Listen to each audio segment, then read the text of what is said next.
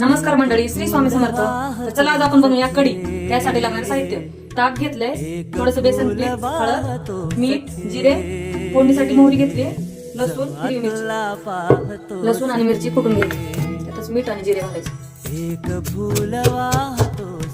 ताकामध्ये बेसन पीठ आणि हळद टाकून घ्यायची. रवीनं तेल टाकून घ्यायचं.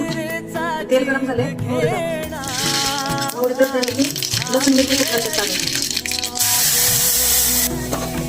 ताक घालून घेऊ. मिरची लसूण कुटताना मीठ घातल्यामुळे मोहरी मीठ नाही टाकायचं. थोडी कोथिंबीर टाकून घेऊ. बारीक गॅसवर ठेवायचं, मोठा गॅस नाही करायचं. तर फक्त थोडं फेसाळ्यासारखं झालं गॅस बंद करायचं. उकळी येऊन दिली की पातळ तिकडे उकळी नाही येऊन द्यायची.